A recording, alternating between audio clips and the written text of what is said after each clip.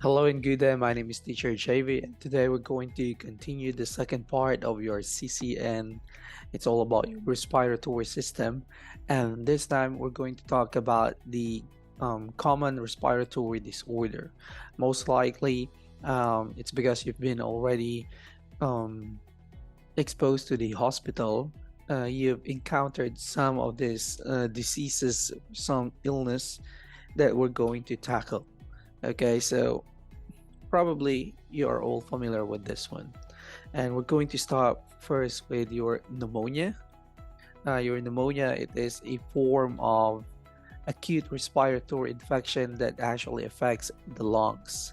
And as we all know, and we've studied in our anatomy and physiology, that the lungs, they are filled with, or they're made up of small sacs called your alveoli, which are these ones. And these alveoli will actually fill with air when a healthy person will actually breathes in. Okay, however, if a person was infected with pneumonia, it will be like this one. And in the United States, your community acquired pneumonia is the leading cause of death from the infectious disease. It was also the second most common nosocomial infection. And if we say this one, this is a hospital acquired infection, if we say nosocomial. It is also the leading cause of death and most common causes of admissions in the intensive care unit. Mortality rate of severe CAP in the ICU can be as high as 58. Okay, moving further here, if we say CAP or community acquired pneumonia, it is defined as pneumonia that is acquired outside the hospital. Okay, some typical sickness that we feel or that we actually observe with your CAP are fever, coughing, sputum production. We also have dyspnea, tachypnea, as well as tachycardia. Okay, and mostly the diagnosis of this one is based on the clinical presentation that we mentioned a while ago, as well as chest x-ray. And if we're going to treat this one, of course, it is with your antibiotics. Now, let's move on here to the next one. We also have your HAP, or what we term as your hospital-acquired pneumonia. Now, from the term itself, of course, this is infection of the lungs that occurs during a hospital stay. And, it's because hospital is it's not as clean as, other places. This pneumonia can actually be very severe, and it is sometimes very fatal. And once the patient is admitted to the ICU or has the difficulty of breathing, and they will be connected to a machine called your ventilator, sometimes they can actually incur your VAP, which is ventilator associated pneumonia. With this one, it develops in a person who is on a ventilator. And as you can see here, I think you've been exposed to the ICU already, and you've already know what is or how ventilator looks like. Okay. Now, the infection may occur if germs will actually enter through the tube and get into the patient's lungs. We have your HCAP. Your HCAP is the healthcare associated pneumonia. This is the pneumonia that develops outside the hospital among the patients who have had recent exposure to the healthcare setting. So it says here it's like 2 or more days within 90 days of infection.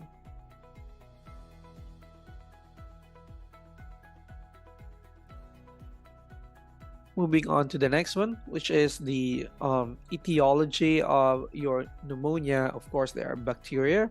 You also have viruses, mycoplasmas, and other infection agents such as fungi and foreign body. streptococcus pneumonia is 30 to 60%. And other things here, you can just, go through with the presentation, or you can go back with the PDF that I sent to you. The common respiratory syndrome, in terms of its pathophysiology, what is happening here is that there is a failure in our defense mechanisms. For example, there's an inhibition of resident alveolar macrophage or phagocytosis, or other than that, we have immunocompromised health. What if the patient is experiencing or having HIV or cancer? Also might have an repressed cough reflex or mucociliary impairment. So what is happening here is that our local or systemic defenses fails. Now the germs or the pathogens will infiltrate and proliferate in our lungs, specifically on our alveolar. So what is happening here is the immune system will be actually triggered. Then the alveolar or interstitial will have a reaction, which is inflammation. Now, if there's an inflammation, there's a possibility that there's going to be a leaky alveolar walls in pulmonary capillaries. And the alveoli will fill with fluid and with molecules, blood cells, as well as pathogens. And that's the time that the patient will be having a gas exchange impairment. Okay, so what is happening again here is that inflammatory response to inhaled or aspirated foreign materials. It's because our defense system is failed. There's going to be an uncontrolled multiplication of microorganism, which will invade our lower respiratory tract where our alveolar is. Now, this response result in the accumulation of your neutrophils and other pro-inflammatory cytokines in the peripheral bronchi and alveolar spaces, and that's the time that pneumonia will develop. Okay, so that's your pathophysiology for your pneumonia. Now let's go here. With this one, by means the pathogen will enter into your lower respiratory tract. It can be through aspiration, inhalation, hematogenous spread from a distant site, and translocation. So in terms of aspiration pneumonia, this is an infection of the lungs caused by inhaling saliva, food, some liquid vomit, as well as small foreign objects. So risk factors that can predispose on individual to one of this mechanism is conditions that enhance your colonization of your oropharynx, or increased age, dental plaques, smoking, GERD, COPD, alcoholism, diabetes mellitus, as well as malnutrition. And conditioning favoring aspiration, conditioning requiring prolonged intubation, as well as host factors. Now here we also have your gastric colonization occurs when the gastric pH increases above normal with the use of your histamine 2 antagonist and antacid for stress ulcer prophylaxis.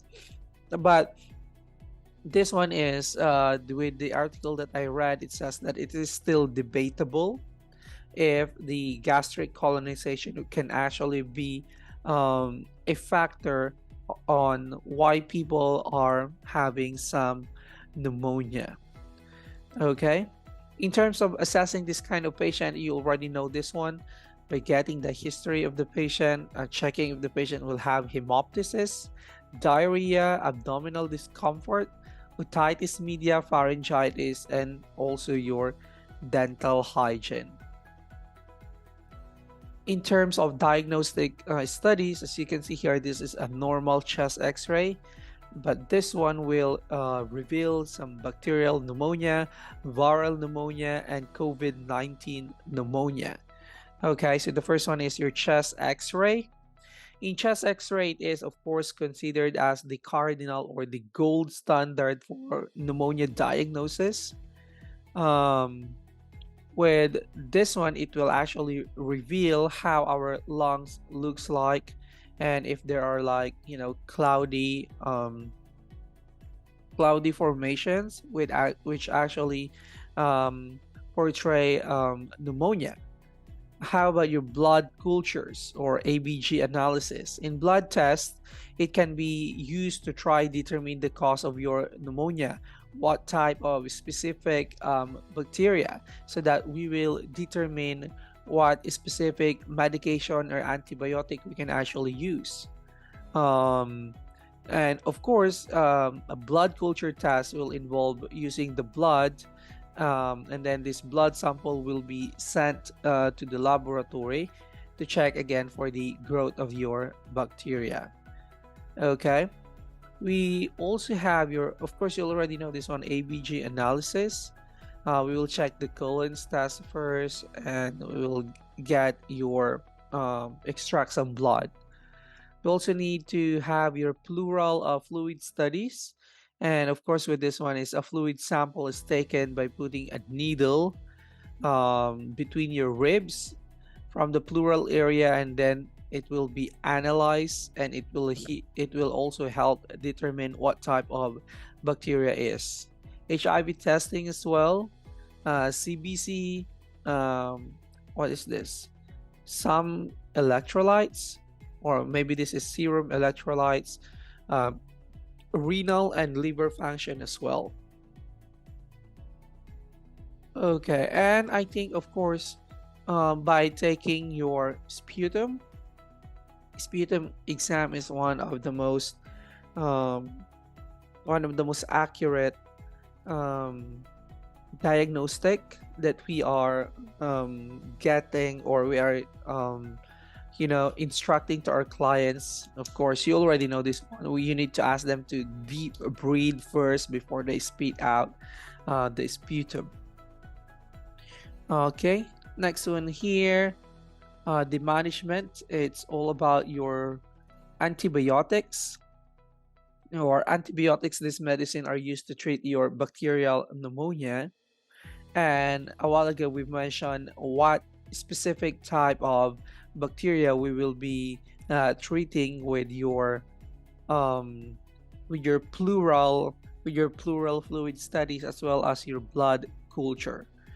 Okay, if the symptoms will not improve, of course, the doctor will recommend a different antibiotic. Okay, but the common ones are your ceftriaxone, levofloxacin, ciprofloxacin, ampicillin sulbactam, or your meropenem, as well as your vancomycin. So these are like, higher type of antibiotic. Supportive therapy, McVent, if the patient will really have that severe difficulty of breathing. Humidified oxygen by mask or ET, aggressive pulmonary toilet to mobilize secretion, open close alveoli and promote oxygenation, and then adequate nutritional support. It can be enteral or parenteral. Prevention, of course, of your pneumonia is pneumococcal and influenza vaccine. Okay, and especially if you are 35 years old and above. You also need to quit cigarette smoking. That's the primary prevention that we can do in order for us not to get pneumonia. And strict infection control, as well as hand washing. Okay, so here are the types of the pneumonia. I think we've talked a little bit about this one a while ago. We can just move on with this one, as well as this one. Okay, so we're already here with your COVID-19. This one is very timely and relevant. We just experienced this one, and our 2 or 3 years has been, delayed or distracted by the COVID-19. This is an infectious disease caused by your SARS-CoV-2, and COVID-19 is a dangerous disease caused by the virus discovered in December of 2019 in Wuhan, China, and it is a very contagious and has quickly spread around the world. If our DOH secretary during that time and also the president actually closed the borders, we could have been, um, taper the severity of COVID-19 here in the Philippines. COVID-19 most often causes respiratory symptoms that can feel much like a cold, flu, pneumonia, but COVID-19 can also harm other parts of the body. So it's not just the um, respiratory system that is being affected with the COVID-19. Okay, most people who catch COVID-19 have mild symptoms, but some people become very severely ill, especially if there are, um, or you already have like other sickness or other illness that you are experiencing. Now, older adults and people who have a certain underlying medical conditions are at risk of severe illness from the COVID-19. And hundreds of thousands of people have died from the COVID-19, and vaccines against COVID-19 are safe and effective. So you can just have, most likely all of us here have been vaccinated with the COVID-19 or even had our booster shots. Now let's move on here. So on February 11, 2020, the World Health Organization announced an official name for the disease, coronavirus disease 2019, and abbreviated it to COVID-19. Your CO stands for corona, your V for virus, and D for disease. Now, the virus that causes COVID-19 is the SARS-CoV-2, is a example of coronavirus. The word corona means crown and refers to the appearance that coronaviruses get from the spike proteins sticking out of them. So that is, the history of the name of your COVID-19. Now, how does your COVID-19 attacks your body? So what is happening here, of course, the virus infects your body by entering the healthy cells. Now, there, the invader makes copies of itself and multiplies throughout your body, and that's the time that it will attack different systems. Now, it attacks the heart, and what is happening here is that it weakens the muscles, and sometimes it disrupts the critical rhythm of our heart. It also attacks your kidneys.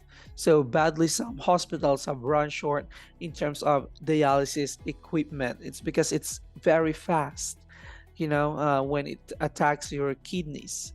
And then it crawls along the nervous system, destroying taste as well as smell, and occasionally reaching your brain. It also creates some blood clots that can kill with sudden efficiency and inflames your blood vessel throughout the body. Okay, so within 2 to 14 days, your immune system and may respond with the symptom including fever, of course, cough, sometimes COB, or trouble breathing, fatigue. I think this one is also very common. Chills, sometimes with shaking and body ache, headache, sore throat is also a very evident. Congestion or runny nose, and of course, one of the two of the most famous um, symptoms are loss of taste as well as loss of smell. Well, let's move on here. So your um, COVID-19 can actually also have your ARDS, or your acute respiratory distress. This is a lung condition that causes low blood oxygen. And here, things to know about your COVID-19. I think most of this one you already know, and you are very capable with this one. It's because you've learned this many times already. A vaccine, most of us here already had vaccines and different types of vaccine, and how are we going to um, actually minimize this one is by wearing our mask. But if you are fully vaccinated um, with booster shot, I think mask is not really that, you know, that needed, especially to public places. But it depends on you as well. Get vaccinated, wear a mask, stay 6 feet away from the others, avoid crowd, poorly ventilated places. You already know these things. In terms of variants, you have different types of variants as well. Um, just read this one. Now let's go here in your pleural effusion. In your pleural effusion, this is sometimes referred as the water on the lungs. And this is the buildup of excess fluid between the layers of your pleural outside the lungs. So this one can at least one of the following mechanisms: increase pressure in the pulmonary capillaries, increase capillary permeability, decrease your plasma osmotic pressure, decrease intrapleural negative pressure, as well as impaired lymphatic drainage of the pleural space. Now, as you can see here, so we have an illustration about the difference of your transudates and also your exudates. Now, as you can see, if we say your transudates, these are fluids that pass through a membrane or squeezing through the tissue or in the extracellular spaces.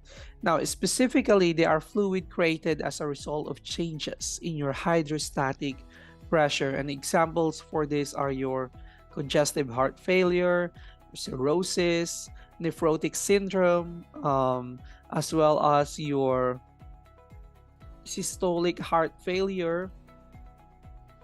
We also have your, I think, superior vena cava obstruction. It's also an example of this one. Okay. Now, what is happening here in transudate is actually there is no inflammation of the vessels. While here in your exudates, these are caused or result from an inflammatory process. Okay, so the walls of the vessels are inflamed. Now, if it's inflamed, the spaces between your endothelial cells are increased, and both proteins and fluids will actually leak into the surrounding tissue to form fluid there. Example of this one is your pulmonary embolus, your PE, as well as your pneumonia. So that is your transudate and your exudate. We have here types of your pleural effusion. So we have your hemothorax, from the term itself. Hem means blood. Pyothorax or emphysema. This is a pass in the pleural space. Is this hydrothorax? Or hydrothorax. They should be hydrothorax. This is water.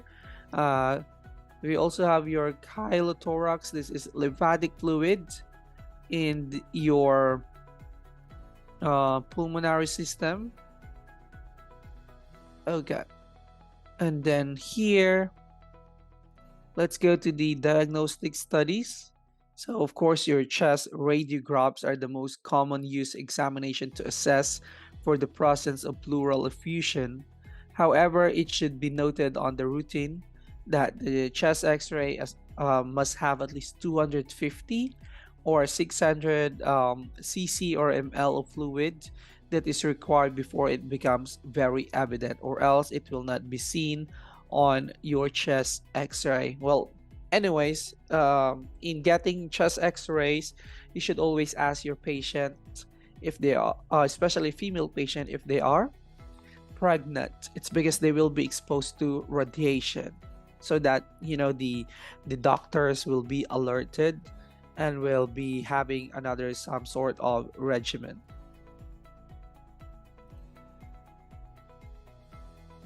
Now, how about this one in terms of management, treatment of the underlying cause?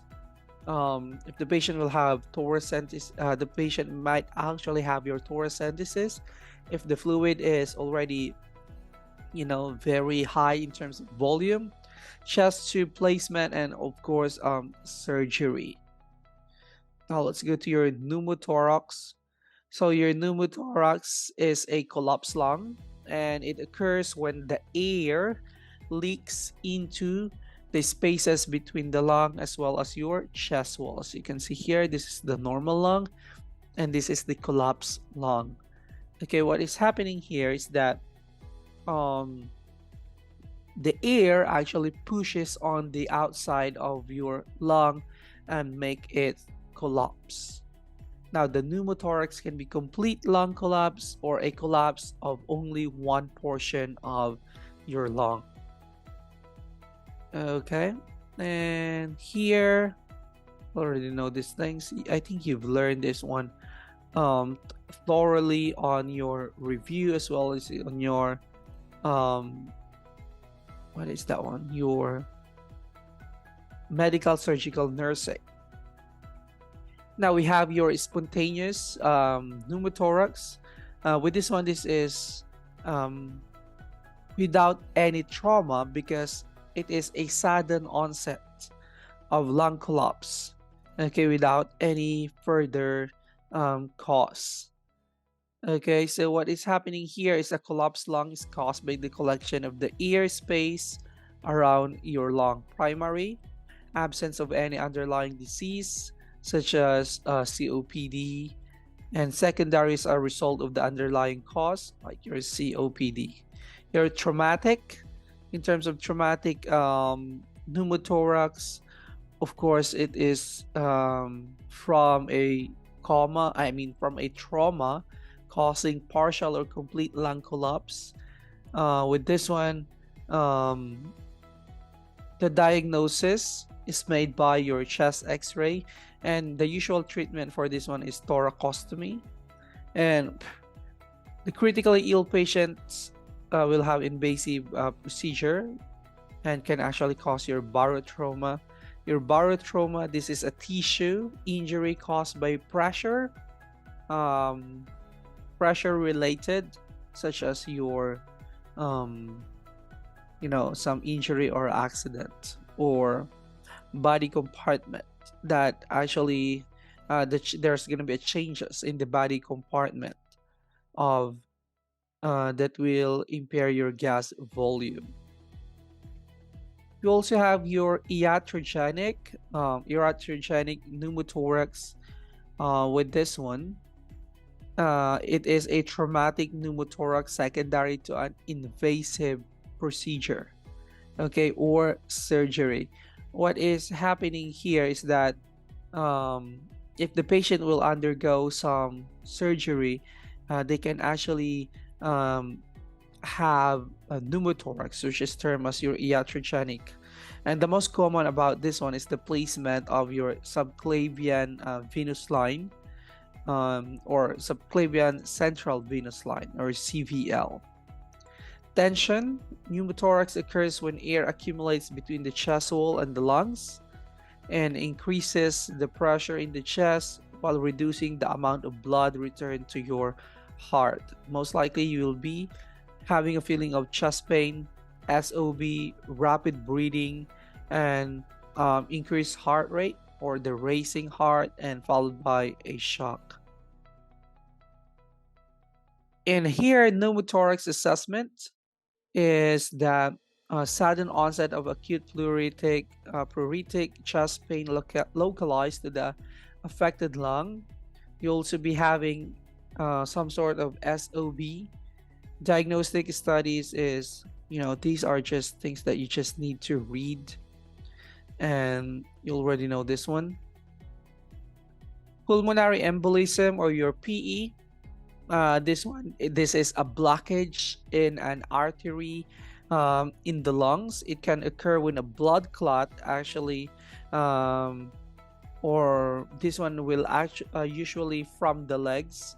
As in here, this is caused by your DVT, or a deep vein thrombosis, once it will actually break off, it is carried through the bloodstream, and then it will actually lodges into the arteries in your lungs, just like here. So this is your embolism, then it will go to your lungs, and that's the time that will be diagnosed as pulmonary embolism. Okay, this will actually block the blood flow, and then it will actually lead to death once it's not treated promptly. Now here we have your virtuous triad. It implicates the three contributing factor from formation um, of your thrombosis. You have your venous stasis. We also have your vascular injury and your hypercoagulability. And here, heparin. In terms of management, we should have your heparin and then your thrombolytic agent. So we all know that heparin is an anticoagulant that helps your body make clots more slowly because we need to dissolve the blood. Your thrombolytics or fibrinolytic, there are a group of medication used to manage and treat dissolving your intravascular clot. So it's because with this one, it can actually cause bleeding or, uh, you know, dissolving some blood clots. Please observe for bleeding of the gums, of the nose, if there's melena or black tarry stool. And with that, you will be asking the patients to use soft bristle or soft toothbrush as well as electric razor with a lot of cautiousness and many things. Prevent venous stasis by using elastic stockings. With this one, don't take your aspirin with your Coumadin or warfarin to prevent drug interaction. It's because using warfarin together with your aspirin may cause you to bleed more easily. And other things that are just passé, just read them. Now let's go here with your COPD. With your COPD, I think you've already learned this one as well. So this one refers to the group of diseases that cause the airflow blockage and breathing related pattern or problems, which includes your emphysema and your bronchitis. So what is happening here, as you can see, this is the pathophysiology. What the alveolar sacs here, then they're a bit inflamed, then there are a lot of mucus, then there's going to be collapsed alveoli, which is your emphysema. And we have here some cardinal signs. We have your chronic bronchitis, which is your blue bloater, and then your emphysema, which is your pink puffer. Okay, now your chronic bronchitis, productive cough that lasts at least 3 months and in each of 2 consecutive years. This is the patient whom other causes cough are excluded. While your emphysema here is your presence of over-distended non-functional alveoli, which may rupture, which results to your loss of aerating surface. In terms of assessment, cough, dyspnea, sputum production. You also have your adventitious sounds. Pursed-lip breathing tends to assume upright leaning forward position. It's like your tripod position. Alteration in your LOC and alteration in temperature. Usually they are cold to touch.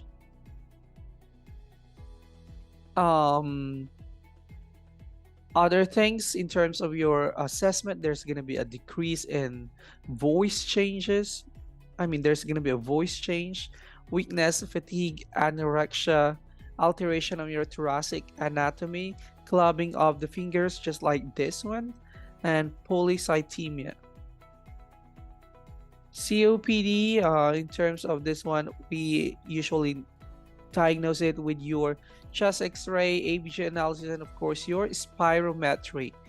This one is your simple test which actually use to help diagnose and monitor certain lung conditions by measuring how much air you can breathe out in one forced breath. Okay, so most likely, you've seen this one maybe in the hospital.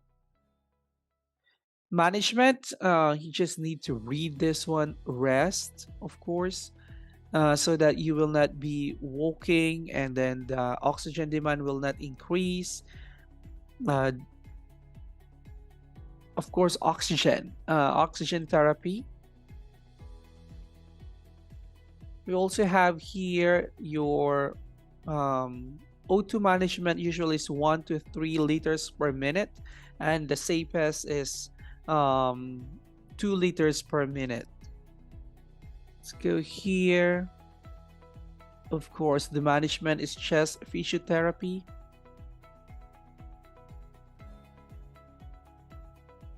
Okay, in terms of medication, we need to prevent and decrease the symptoms to reduce frequency and severity of exacerbation, as well as to improve exercise tolerance and improve health status. So number one there is bronchodilators, so that your bronchioles will be, dilated and, expansion is better. You also need to have your glucocorticoids. Okay, your glucocorticoids, this is primarily for inflammations. Your theophylline, this one is used to prevent and treat your wheezes, SOB, chest tightness, and that is actually caused by asthma or bronchitis, emphysema.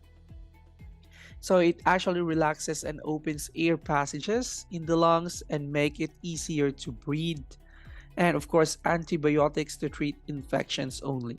Oxygen therapy, surgical therapy as well, and a while ago we mentioned about your influenza vaccines. So we have here with your ARDS. So we've talked about this one a little bit a while ago. This is a condition that causes a low blood oxygen. Okay, and with this one, the most common cause of ARDS is actually your sepsis. So we have here common cause of your ARDS, that is sepsis. Assessment is, most likely they're almost the same with other things, but we have here dyspnea, we have retraction. Retraction, you already know this one. This is a medical term.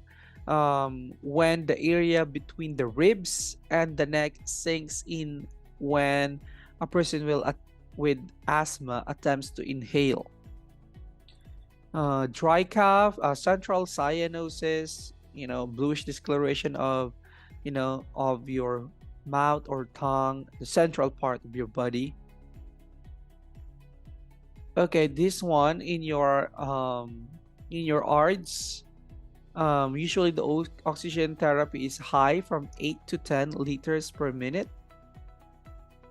And of course, you need to do semi to high Fowler's positions to enhance the lung expansion. Okay, asthma. Now let's go here with your asthma. So you can see here, this is a relaxed muscle, and then there's a normal lining and normal amount of mucus. However, if the patient or if a person is asthmatic, they have a tight muscle, swollen lining, and there's going to be excess in mucus. So it triggers actually with allergens, with animal dander, house dust mite. It can also be triggered by other food, and also how do you call this one? Pollens or any other things. So these are the sinusitis, exercise and cold, dry air, drugs, NSAIDs, occupational exposure to metal salts, wood, industrial chemical plastics, and other agents. Food additives that can actually trigger your asthma, stress by crying, laughing, anger, and fear. Manifestation, there's going to be a wheezing, cough, dyspnea, and chest tightness. You already know this one, I think.